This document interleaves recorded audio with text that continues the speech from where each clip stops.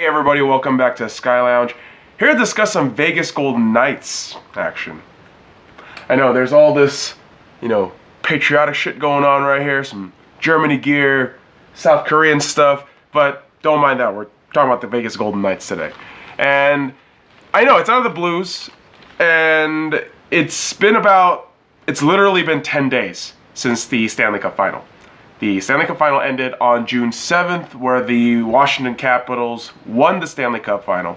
Congratulations to them again. And I think Ovechkin is still pretty fucking drunk. I'm pretty fucking sure Ovechkin is still drunk somewhere. And hey, let him be. That's fucking awesome. I'm super fucking happy for him. And what I wanted to do today was just kind of review Vegas' season. And I know, when people do season reviews and shit, it's all the numbers, right? I mean, everyone fucking loves the numbers. But I want to take you through, this timeline of like what fucking Vegas was for me.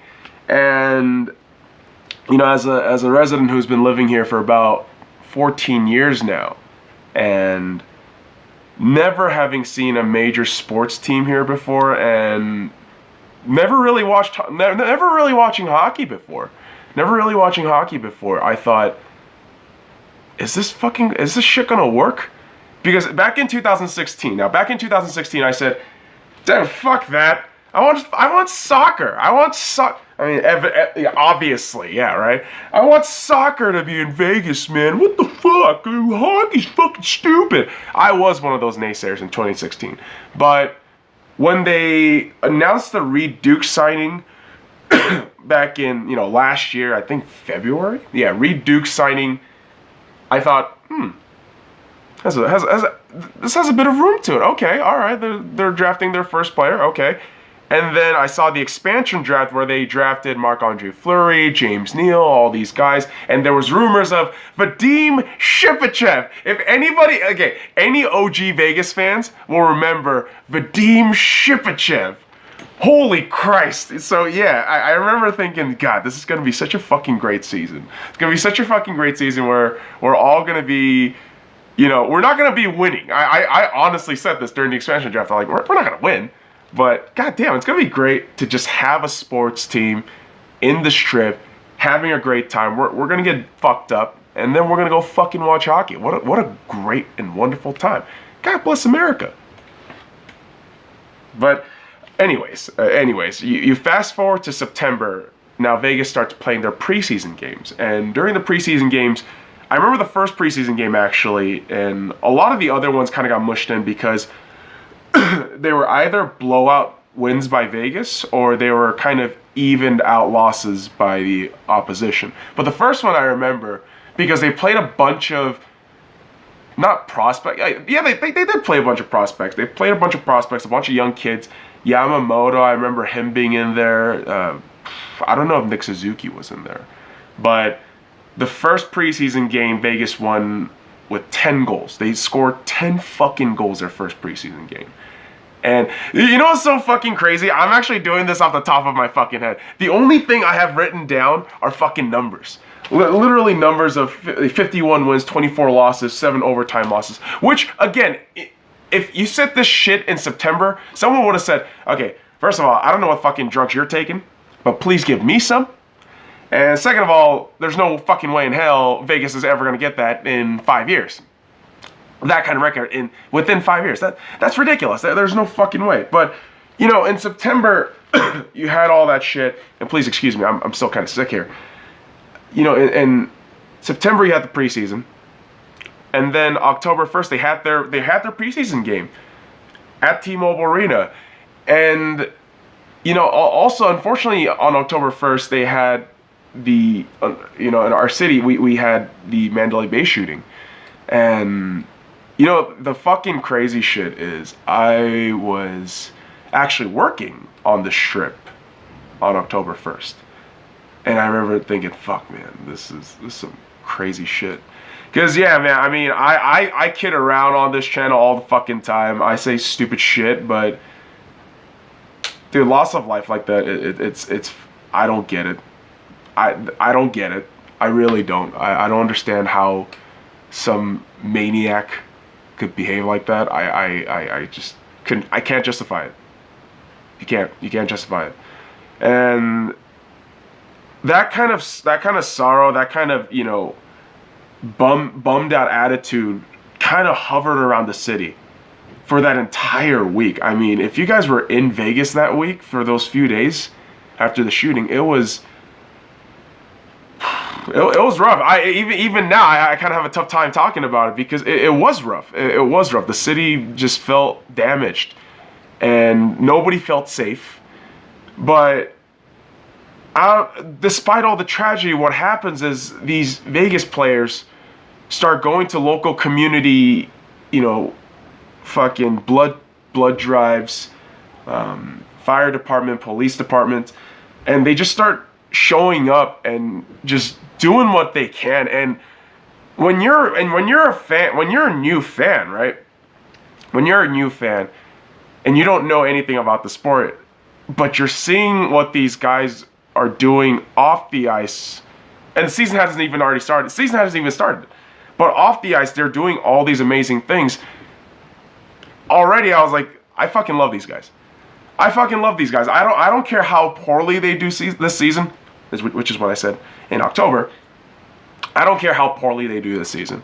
I'm going to get behind them no matter what, because they made this city feel like an actual community. Which is crazy to say that, because I mean, I've been living here for 14 years.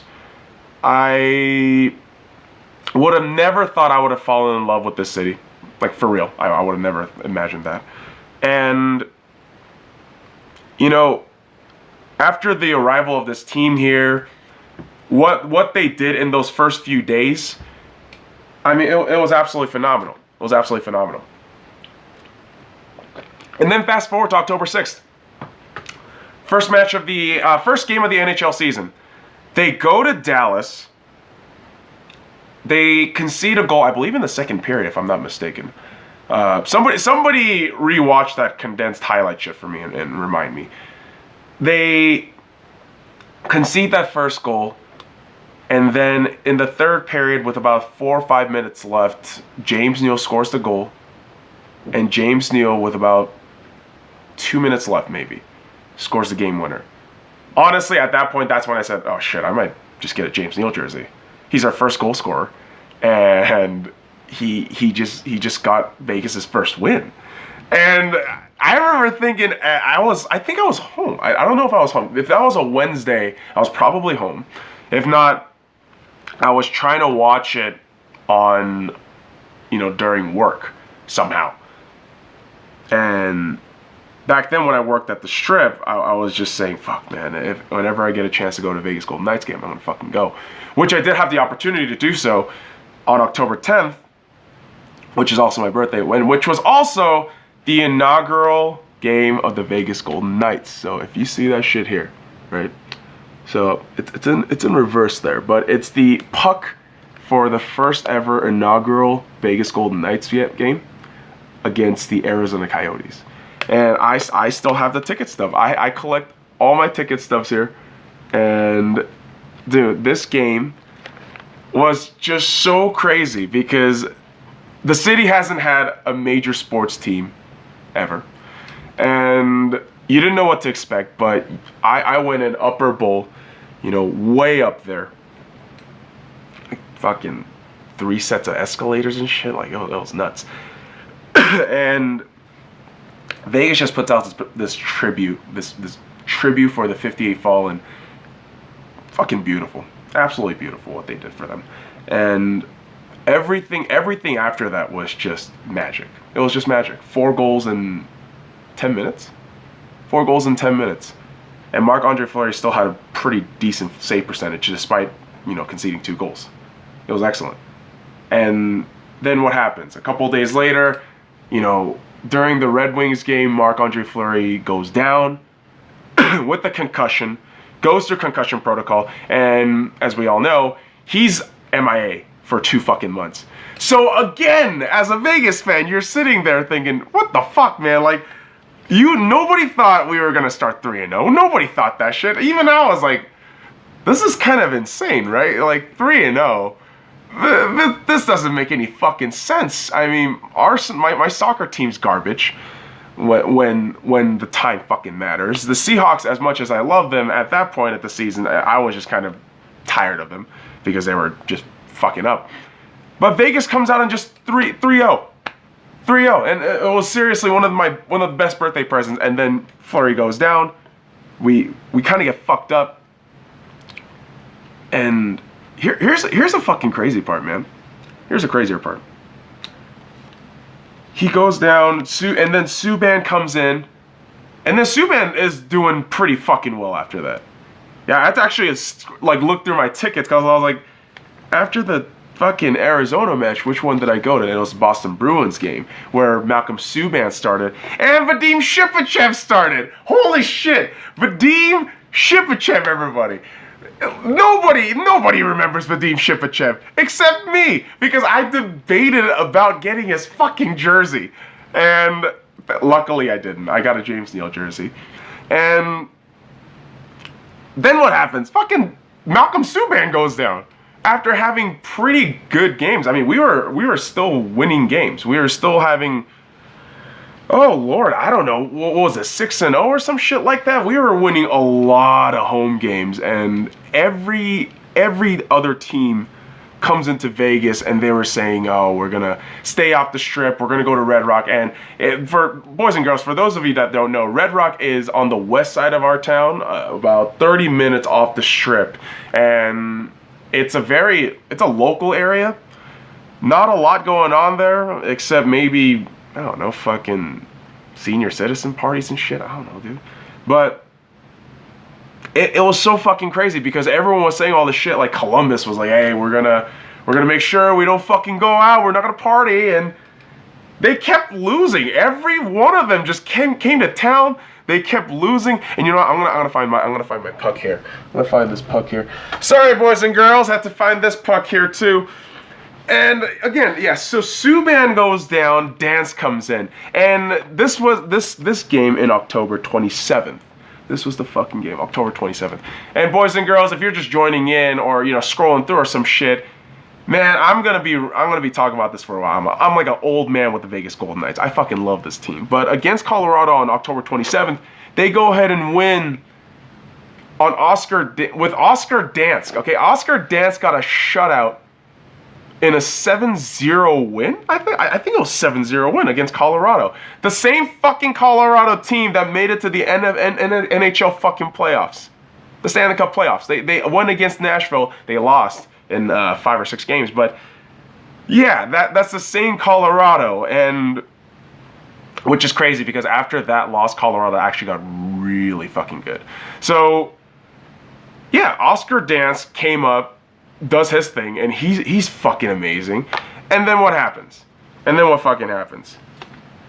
He goes down. Fucking Dance goes down.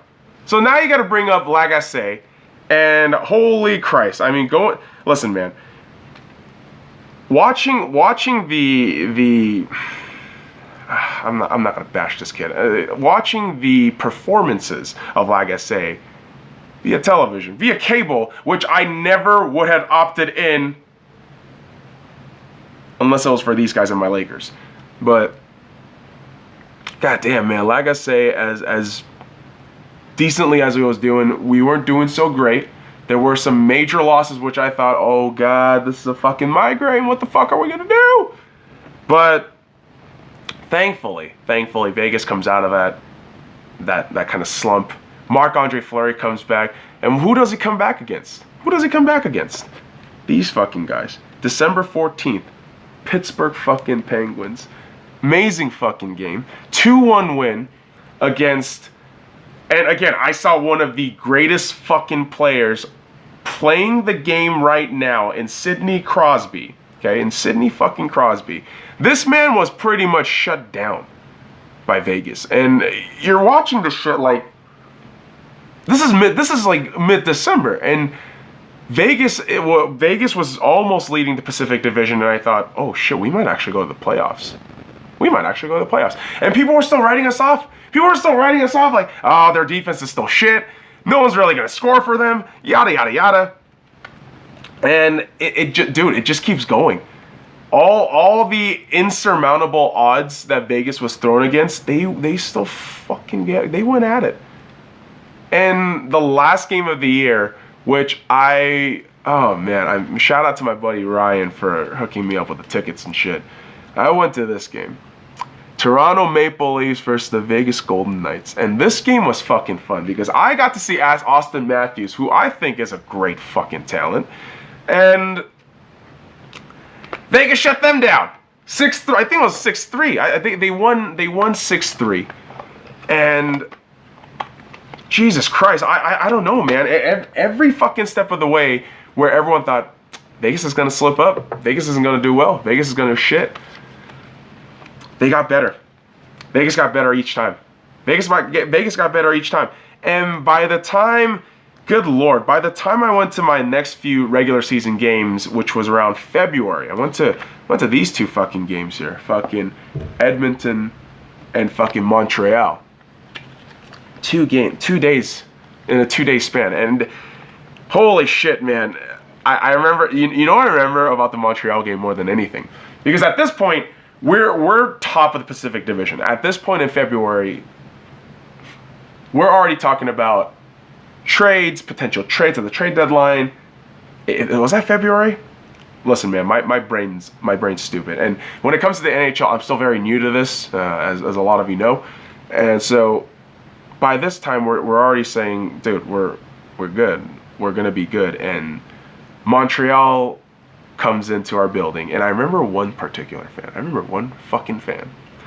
And yes, I am throwing so much shade at Montreal right now because fuck you guys. You haven't won shit in a long fucking time. So you have no fucking arrogance to come out with. Like, get the fuck out of here. So this guy comes up, and this drunk ass fucking dude is standing just near the concession stand, and with this thick ass French Canadian accent, which was great, by the way. I fucking love that accent. Fantastic. He just comes up, excuse me, my friend, you are going to lose very bad today. You are going to lose very bad today. Vegas won 6-3 that game. So yeah, I wish I found that dude and said, hey, how about that win, huh? How about that fucking win? But yeah, Vegas just kept proving everybody wrong. And right around March, we've clinched the Pacific at that point. Like, we basically clinched the Pacific, and it was confirmed. It was more or less confirmed when we beat San Jose at home. And it was that game. Yes, that game where William fucking Karlsson, 43 goal scorer William Karlsson, on a short-handed, fast fucking break, did his little fucking scoop under the leg fucking goal. Goal of the season, by the way. Goal of the season.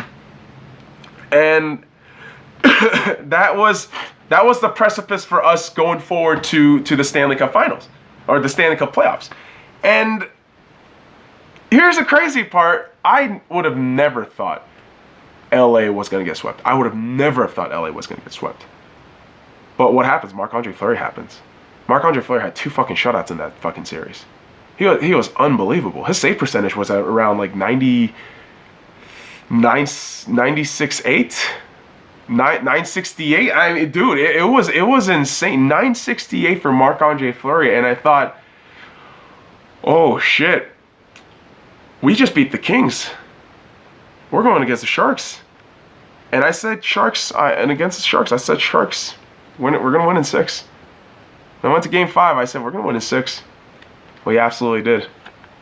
Off to Western Conference Finals. Game 4. What did I say? I said, we're winning in 5. And unfortunately, obviously for the Stanley Cup Finals, I was wrong. I was absolutely wrong. I said Vegas in 6 against the Capitals. But Vegas, Washington, undoubtedly proved me wrong. And I respect Washington so fucking much. And I remember this game, Game 5, and I've been posting a lot of videos on here from Game 5, and I actually had to stay and hear my explanation. Hear my reasoning on this. As a fan, and I've taken you through this from the 2016 time where I said Vegas hockey will never work. to expansion drafts when I said, oh, we're probably going to be okay, to October, to playoffs, to the finals. Everything I've been through as a fan, I thought, I have to stay here. After that loss, I said, I have to stay here. I have to stay here. And from a fan's perspective, I have to understand what this loss is to me. And what this loss was it was a culmination of everything working perfectly, and then reality hitting us saying, hey, you know what, we're good, but we gotta get better. We gotta get better. You know, we gotta get better. I mean, we played great, but we gotta get better. And yeah, a lot of unlucky things happened for Vegas during that series, but luck, all that shit, that doesn't mean shit to me. It's all about you gotta fucking work hard. You gotta do better. You gotta do better. And I know Vegas is known for working hard, and I know this might sound really harsh coming from a Vegas fan, but man, we gotta do better. And I'm pretty sure those guys in the locker room right now aren't saying, hey, we at least got to Stanley Cup final. I'm pretty sure they're saying, can't believe we lost. Like, dude, we lost. We gotta get our shit back. And you know, maybe that's just me. I don't know. Maybe that's just me. But you know, I don't know. Going through the season as a fan, man, it's been incredible. And yes, standing at that stadium in Game 5, in that arena for Game 5, and staying that extra hour, and talking to fans. I was congratulating every Washington fan I could. I really was. I was just saying, you know, congratulations, guys. You guys absolutely deserve this. This is for you guys. I mean, you should have seen Ovechkin's face. I was a little away from the ice, but you should have seen Ovechkin's face. He was the happiest guy. And you couldn't be happier for the guy. I mean, as a fan who just watched his team get defeated by this man, I couldn't be mad at him. I just said, this is what it's all about. This is what it's all about. A fucking 14-year veteran who should be labeled as one of the all-time greats. Always had that. She is an all-time great. But now what? No. But nothing. But nothing. He is one of the greats. He is one of the greats. And for Vegas, it was such a beautiful season, and I'm not gonna lie to you. I still love it. I still love talking about Vegas. I still love talking about potentially what could happen for Vegas, because free agency is coming up soon. And that's the crazy part. Free agency is coming up soon, and you know, we still got unrestricted free agents like Neal and Perron that, you know, Vegas still has to figure out what they're going to do with. And I, you know, for personal reasons, I want Neal to stay. I would also love Perron to stay, and selfishly, I want everybody to stay. I want almost everybody to stay. Fucking sue me. I get sentimental about shit. But talks of potential Erik Karlsson, potential John Tavares, all those fucking potential talks. Boys and girls, I don't do fucking rumors. It's confirmation. It's confirmation only. And but here's the thing. From what I'm seeing with the Vegas roster that we have right now, though, and the prospects we have down in our youth system with fucking Cody Glass, Suzuki, Brandstrom, all these guys, we're gonna be good. We're gonna be good, and we're gonna be fine. And for Vegas, for a lot of and I understand there's gonna be a lot of Vegas fans who gave up on this team after the finals loss. And you know what? Fuck you guys. Plain and simple. If you don't stick with the team when they're down, like if you stick with the team when they're up, you should definitely stick with them when they're down. You have to. There's no ifs, ands, or buts. You absolutely should. Because that's what fucking being a fan is all about. The highs and the lows. Because once you experience the lows of the lows, the highs just taste that much better. Because think about this. Yes, if Vegas hypothetically won the cup this year, it would have been madness. But now, with all the built-up fan base, like we built a fan base now. With all this built-up fan base, you know, tension now, and pent-up aggression and shit. It's kind of like coming. Yeah, you know, it's kind of like coming. Just and once it's released, you're like, it feels it's that much fucking better. Because after the loss, the victory is gonna taste that much sweeter. So Vegas fans, trust me, we're gonna get better. We're gonna be back. I think the executives that we have, they're doing fantastic. They're doing fantastic. From Bill Foley to George McPhee to Coach Gallant to all the players to all the people that don't even get mentioned, marketing executives that, you know, try to make sure that Vegas material's out, events coordinators who make sure that those cringy fucking things, cringy openings, which I fucking love them. I love those openings, but people call them cringy. You know, all the people that's part of the Vegas Golden Knights organization, we have to, I personally think every one of them, because they have been so fucking phenomenal. And, you know, Vegas is just going to get better. And us fans, we just have to stick around, and NHL, and, you know, hockey, we just have to announce the hockey world and the NHL that, hey, we're here. We're a team in the NHL, and we are going to be back. We're going to be back. So, guys, I know this is a long one, so let me know what you guys think. Comment, subscribe, all that shit. I know there's going to be a lot of corrections, whatever. Go for it, man. Just go for it. But let me know what you guys think. And again, should be good. Go Knights, go. Till next time, fuck off.